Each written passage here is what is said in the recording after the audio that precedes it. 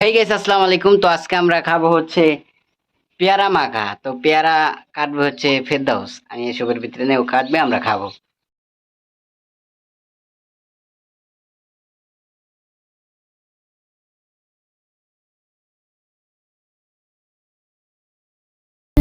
ভালোভাবে কাটি, চলকা মলকা জানি কোনো কিছু না থাকে, ঠিক আছে।